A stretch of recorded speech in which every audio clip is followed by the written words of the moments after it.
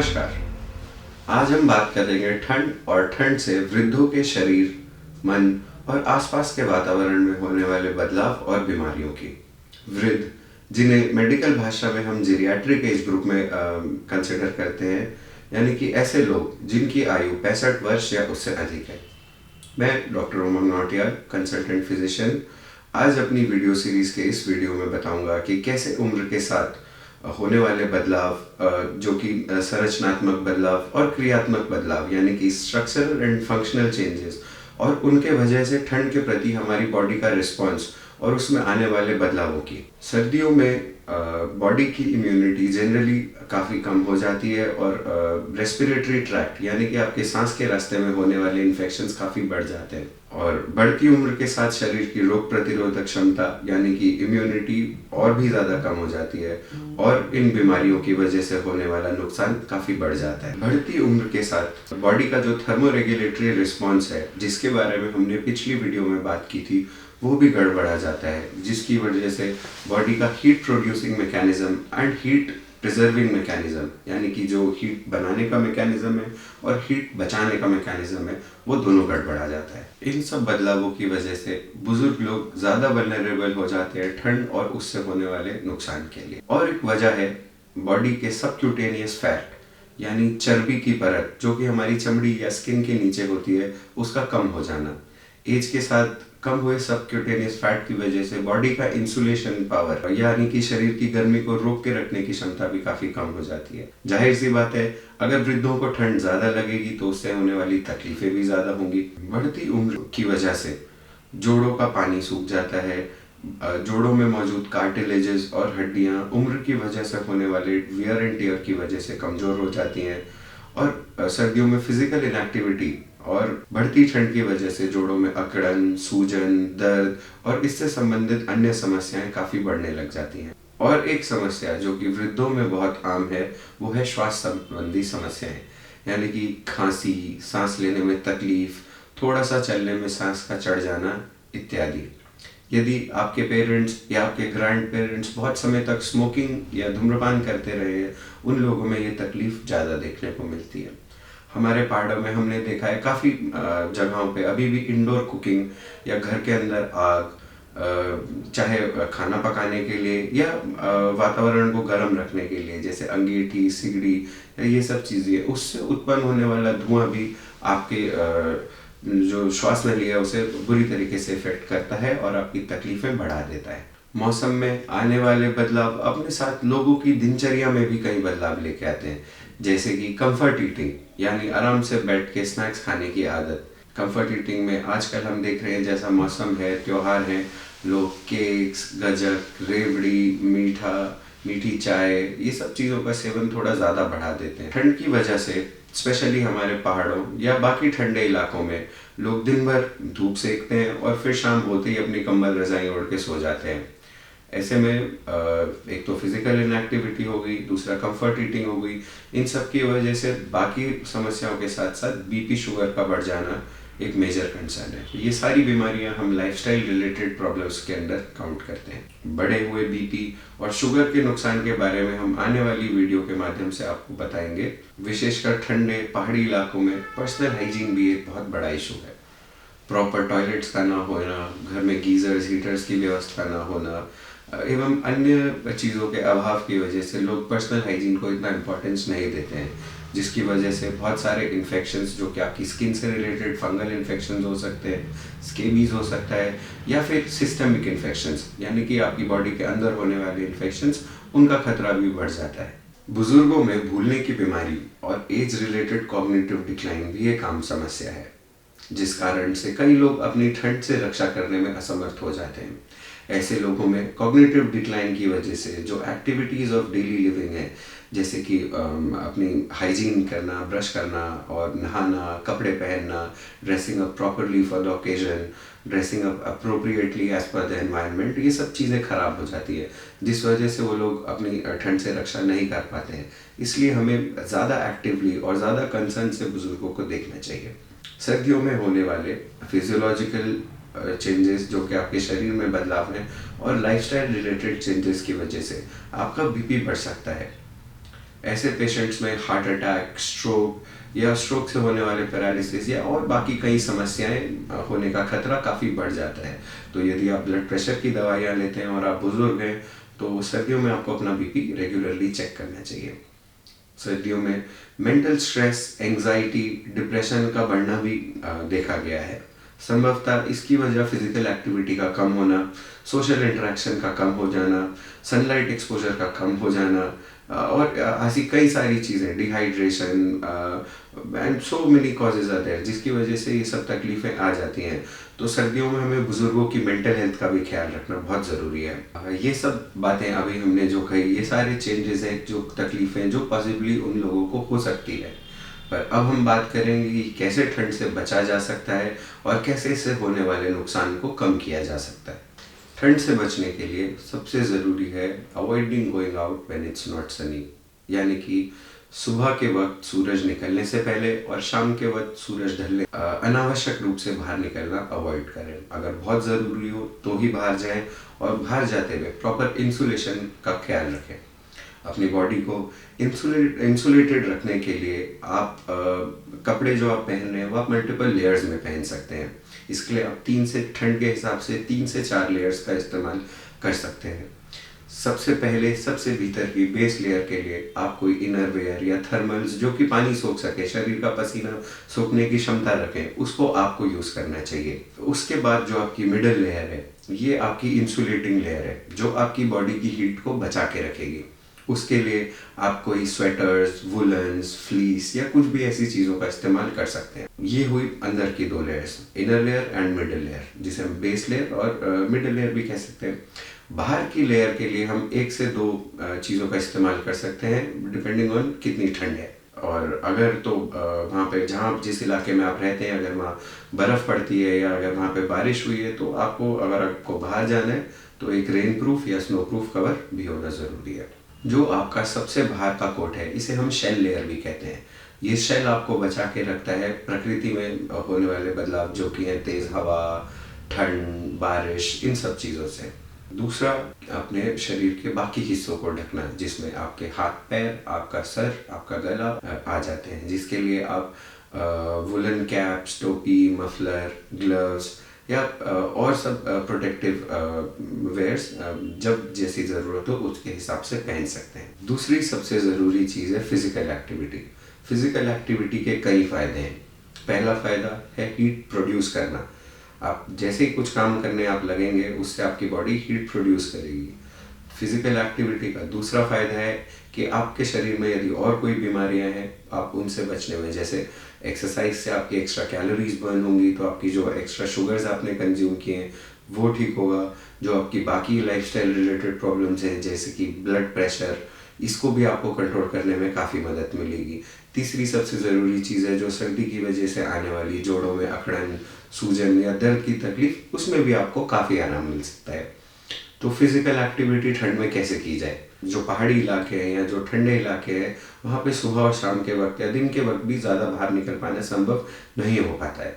तो इसके लिए हम इंडोर एक्सरसाइजेस जैसे कि योगा, एरोबिक्स, टाई ची या विभिन्न प्रकार की एक्सरसाइजिंग टेक्निक्स हम यूट्यूब वीडियोस के माध्यम से सीख सकते हैं और उन्हें अपना सकते हैं। तीसरी और काफ़ी ज़रूरी चीज़ है नियमित अंतराल में पीने की गर्म चीज़ों का सेवन, जैसे कि पानी, गर्म पानी, चाय, सूप इत्यादि। आप नियमित अंतराल में इनका सेवन एडवाइजेबल है। ये आपके शरीर को डिहाइड्रेशन से भी बचाएगा और आपके शरीर को हीट जनरेट करने में भी हेल्प करेगा। यदि आप घरों में इंडोर हीटर्स, अंगीठी या कुछ भी ऐसी चीज़ों का उपयोग करते हैं तो आपको विशेष रूप से ध्यान रखना चाहिए कि आपकी अंगीठी या जो भी आपका है उसके लिए आपके पास एडिक्वेट वेंटिलेशन हो, रूम में हवा पास होती रहे।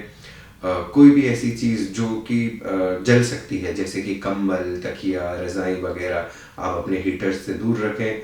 बच्चों को हीटर्स से दूर रखें। ये सब जनरल प्रिकॉशंस हैं जो आपको लेने चाहिए।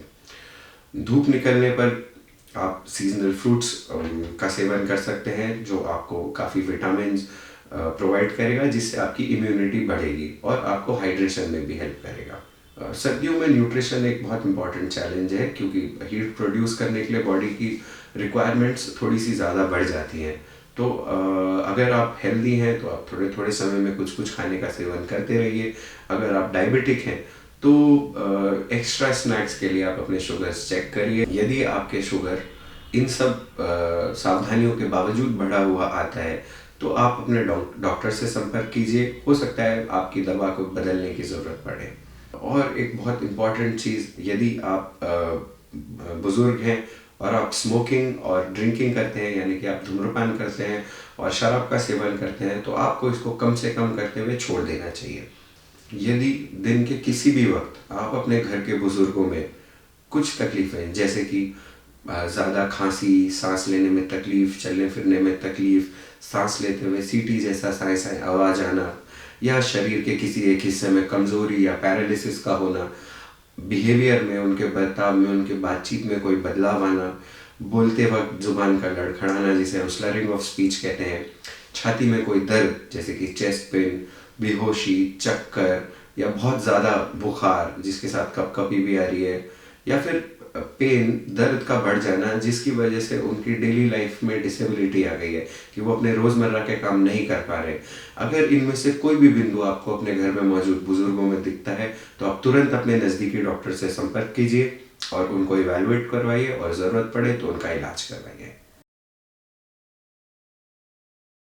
तो अपनी इस वीडियो के आखिरी हिस्से में हम कुछ सामान्य लोगों के सामान्य प्रश्नों का जवाब देने की कोशिश करेंगे। तो पहला सवाल, ऐसे बुजुर्ग जो कि डायबिटिक्स हैं उनके common question: how does cold weather affects blood sugar levels and what steps can I take to manage diabetes in winters? See, cold weather does not directly affects blood sugar levels. Even सर्दी के मौसम में body को heat ज़्यादा produce करनी पड़ती है तो बॉडी के शुगर रिक्वायरमेंट्स ज़्यादा बढ़ जाते हैं, जिसकी वजह से सर्दियों में हमने इंसुलिन सेंसिटिविटी का बढ़ना भी नोट किया है। तो ऑल इन ऑल सर्दियाँ शुगर के लिए अच्छी हैं, बट खराब क्या है? सर्दियों के साथ आने वाले लाइफस्टाइल चेंजेस। जैसे कि हमने बात करी थी अपनी वीडियो में कि मौसम में आने वाले बदलाव लोगों की दिनचर्या में भी काफ़ी बदलाव लाते हैं, और सर्दियों में आने वाला मेजर बदलाव है फिजिकल एक्टिविटी का कम हो जाना और कंफर्ट ईटिंग का बढ़ जाना। तो दूसरा क्वेश्चन है, are there any specific dietary considerations or adjustment to medications that I should be aware of during the colder months? देखिए, जो डायबिटीज़ रिलेटेड डाइटरी कंसिडरेशंस हैं वो तो जनरल है, इनमें सिर्फ सर्दियों में कुछ विशेष नहीं है। हाँ, आप सीजनल फ्रूट्स, जो इनका लो ग्लाइसीमिक इंडेक्स फ्रूट्स होते हैं, उनका आप कंजम्पशन बढ़ा सकते हैं। अगर आपके स्नैक्स या इन सब चीज़ों की यूटिलाइजेशन ज़्यादा है तो आप चेक कीजिए। अगर आप इंसुलिन लेते हैं, हो सकता है आपकी इंसुलिन डोजेस बढ़ानी पड़े। और ये बस पैटर्न रिलेटेड जो चेंजेस हैं वो ही मेजर हैं। दूसरा, आपको अपनी डाइट में प्रोटीन ज़्यादा खाएं, फाइबर ज़्यादा लीजिए, थोड़ी फिजिकल एक्टिविटी बढ़ाएं।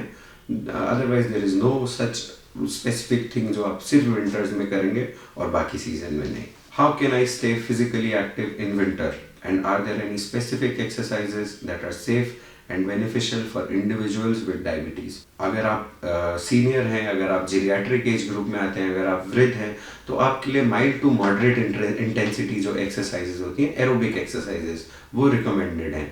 At least 40 minutes a day for at least 5 days per week. यानी कि आप दिन में 20 से 40 मिनट, या तो आप 20-20 मिनट दिन में 2 बार कर सकते हैं, या 40 से 45 मिनट दिन में 1 बार mild to moderate intensity aerobic exercises. दूसरा सेट ऑफ क्वेश्चंस है ऐसे मरीजों के जिनको आर्थराइटिस, गठिया या उस जोड़ों संबंधी तकलीफें हैं। तो पहला क्वेश्चन है, does arthritis pain worsen in winters and what can be done to alleviate joint discomfort during the colder season?